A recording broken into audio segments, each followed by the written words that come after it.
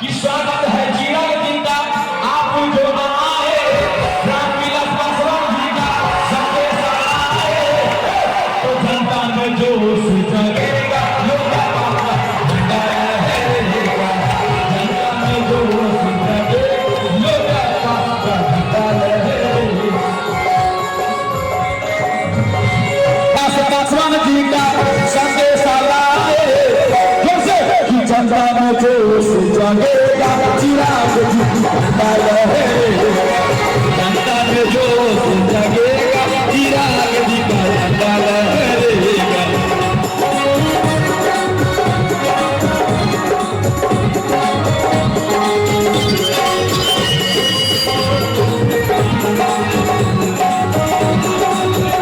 लेकिन हेलो चिराग पासवान, चिराग जी का झंडा लहरेगा, सबका मादर बढ़ेगा, चिराग जी का झंडा लहरेगा। अरे स्वागत है चिराग जी का, आप जो आए।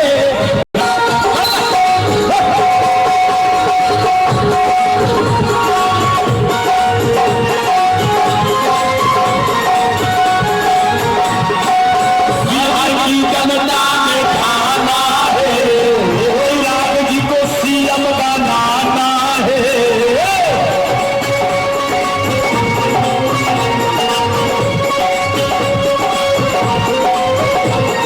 होगा बिहार का विकास, चिराग जो है चिराग है राज, कल कारखाना उद्योग जी का झंडा लहरेगा, जनता में जोश जगेगा, चिराग जी का झंडा लहरेगा। हैं सुरेंद्र विवेक जी, चांदी का मुकुट भी देंगे। चिराग पासवान जिंदाबाद, चिराग पासवान जिंदाबाद।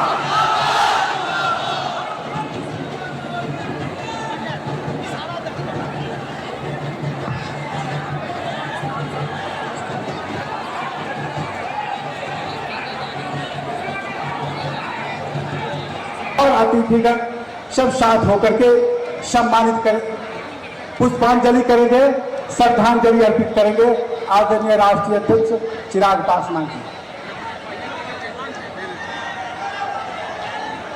इशारों को नहीं देखा है, सुनिए ना थोड़ा नहीं ना पालू जाकर दुकान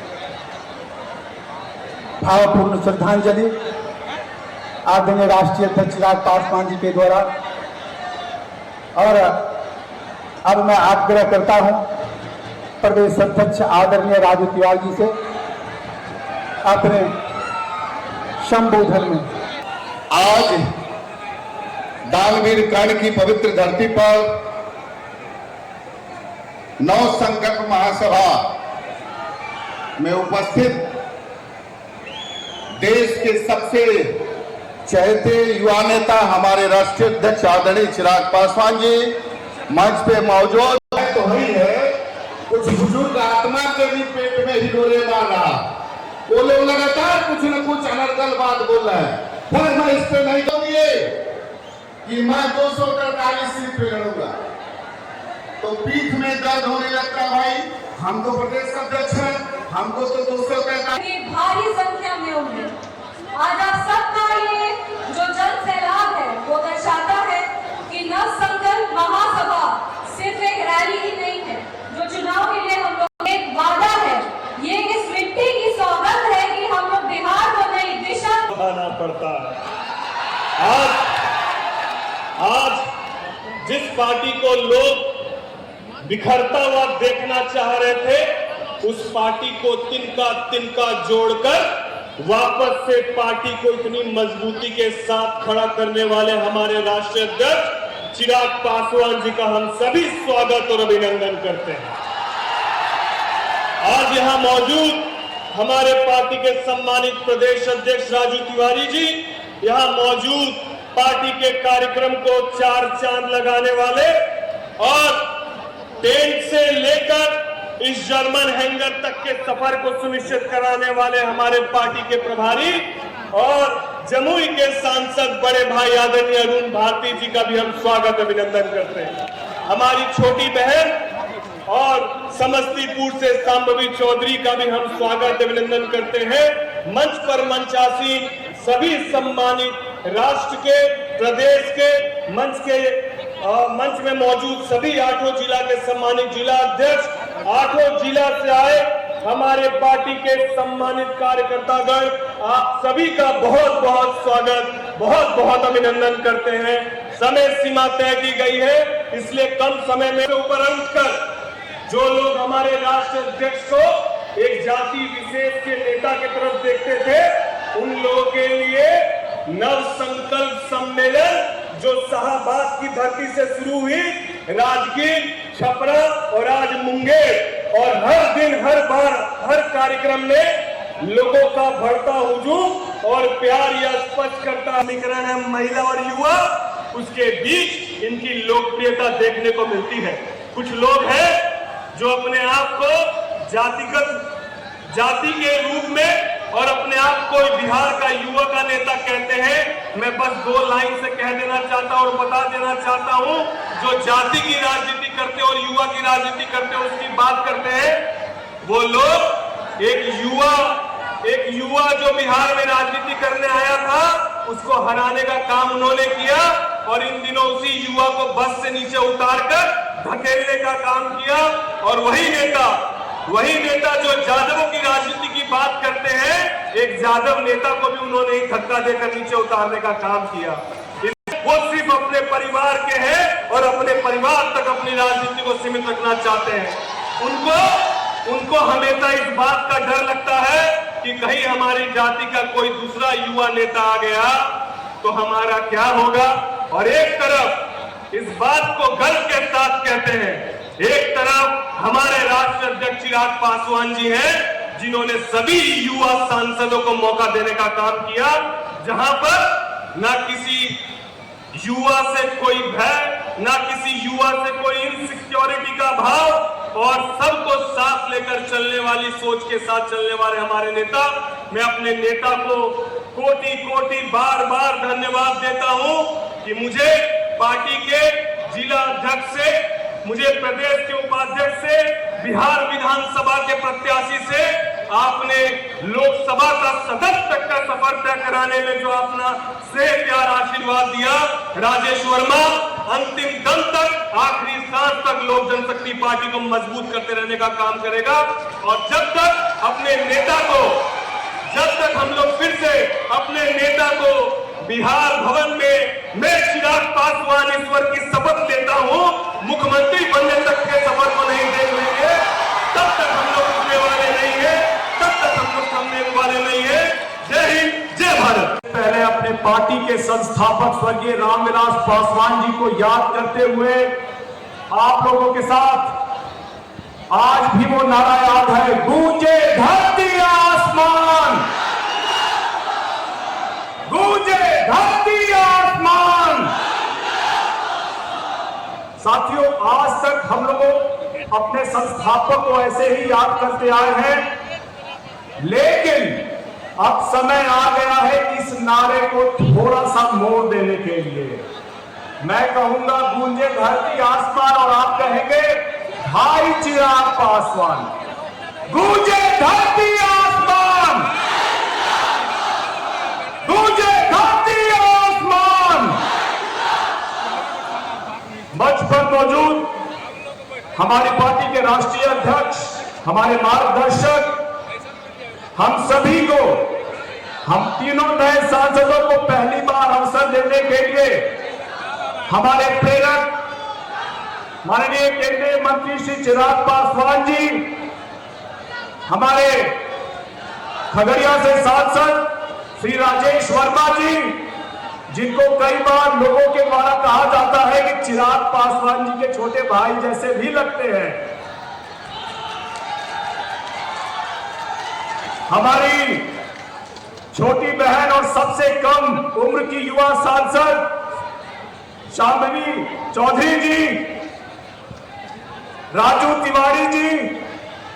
साथियों, याद कीजिए, आज से लगभग 4 साल पहले जब ये संकल्प यात्रा शुरू हुई थी, तब तो साथियों, जो बिहार प्रभारी बनने के बाद हम लोगों ने यात्रा शुरू की थी शाहाबाद से, क्या आप लोगों का आशीर्वाद रहेगा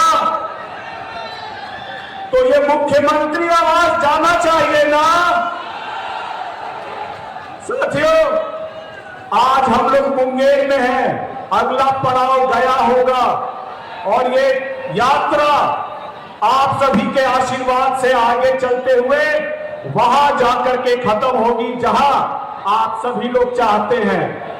कई बार कई दिन आप सभी लोग, आप सभी का स्वागत करते हुए, आप सभी का इस्तेकबाल करते हुए, आप जिन्हें सुनने के लिए आए हुए हैं, हमारे चिराग पासवान जी, उनको मैं मंच पर आमंत्रित करना चाहूंगा। बिहार प्रभारी होने के नाते वो आए और अपनी बात बिहार फर्स्ट, बिहारी फर्स्ट का विजन, विकसित बिहार बनाने का जो उनका रोड मैप है आपके सामने रखे और आप सभी लोग उनकी बातों को सुनकर उन्हें आशीर्वाद दें कि ये यात्रा वहां पहुंचे जहां आप सभी चाहते हैं। बहुत बहुत धन्यवाद साथियों।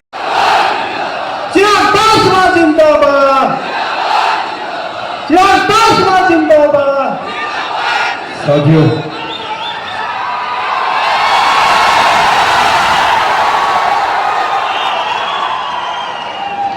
आज आप लोगों के बीच एक बहुत ही खास उद्देश्य से, एक बहुत ही महत्वपूर्ण लक्ष्य को लेकर आज आप लोगों के बीच इस कार्यक्रम के माध्यम से अपनी बातों को रखने का प्रयास करूंगा। आप सब जानते हैं कि आने वाले कुछ महीनों में बिहार में विधानसभा के चुनाव होने वाले हैं और ये विधानसभा के चुनाव निर्धारित करेंगे हम लोगों के आने वाले 5 साल का भविष्य। और ये 5 साल हर व्यक्ति के जीवन में महत्वपूर्ण होता है। 90 के दशक में कई ऐसे 5 साल हम लोगों ने गंवाने का काम किया, जिसकी वजह से आज भी हमारा प्रदेश, हमारा बिहार पिछड़े राज्यों की श्रेणी में आता है। आज भी हम लोग विकास के कई मापदंड पर, हम लोग निचले पायदान पर हम लोग आते हैं।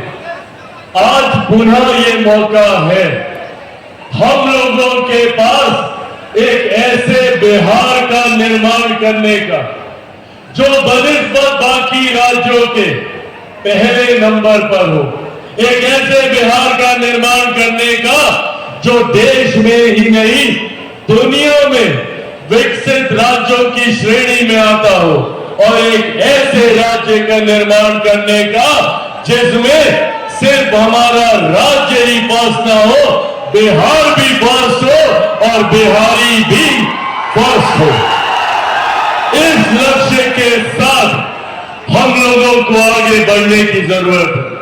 साथियों, पर ये राह आसान नहीं होने वाली है। ये राह चुनौतियों भरी होगी।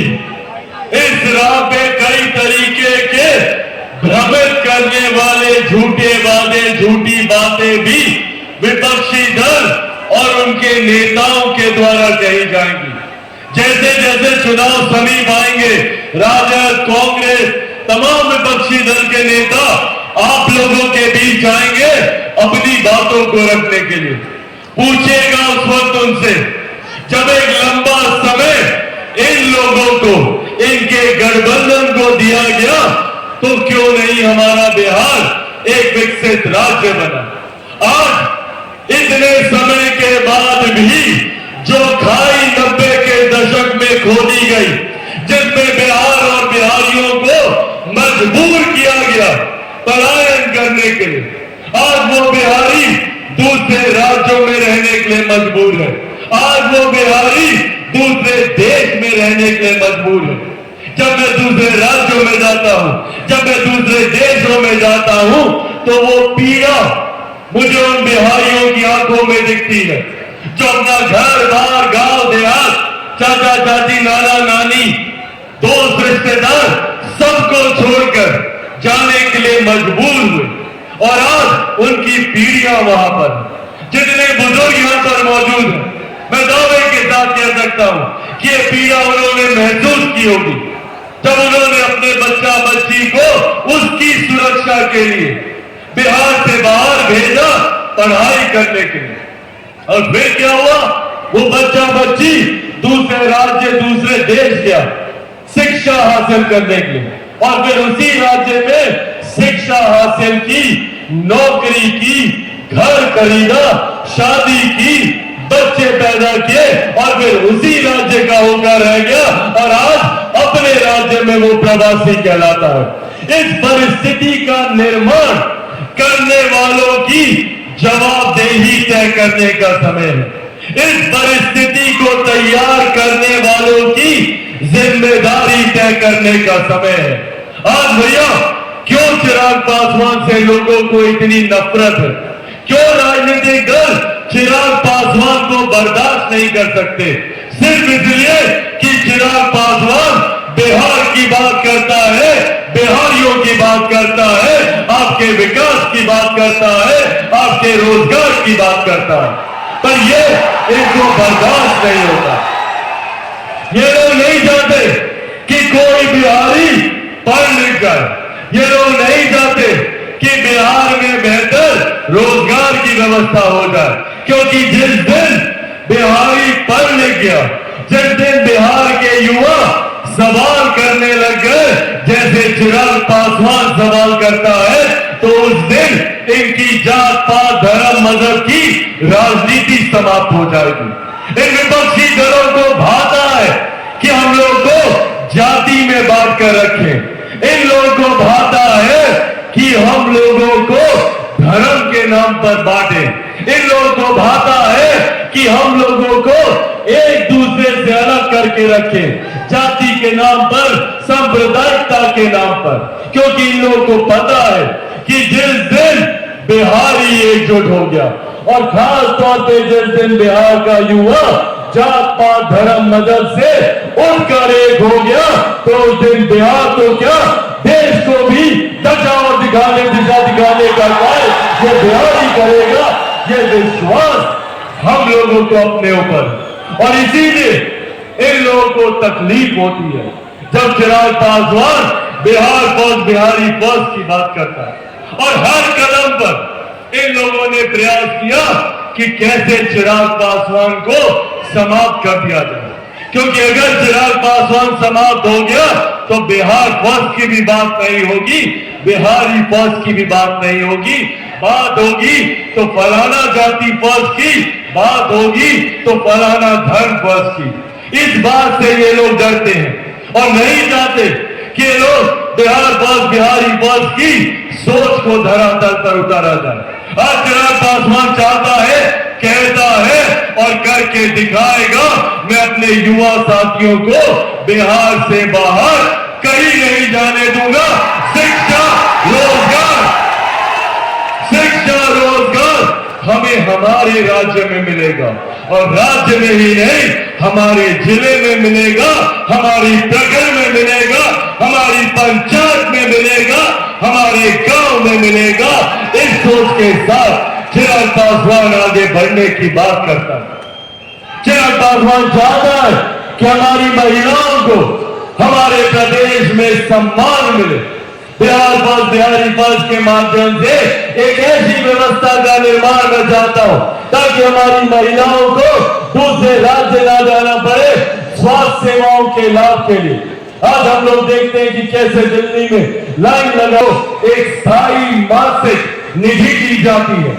बिहार फर्स्ट बिहारी फर्स्ट के माध्यम से हम लोग चाहते हैं कि मेरे प्रदेश की हर मां बहन बेटी को मासिक स्थायी निधि हर महीने मिले, ताकि वो सम्मान के साथ वो अपनी जिंदगी गुजर कर सके। मैं चाहता हूं कि महिलाओं को, बुजुर्गों को हर वो उचित सम्मान मिले, युवाओं को हर वो अवसर मिले, किसानों को उनका हक अधिकार मिले, मजदूरों को आगे बढ़ने का मौका मिले, इस सोच के साथ बिहारी वर्ग आगे बढ़ने का कार्य करता है।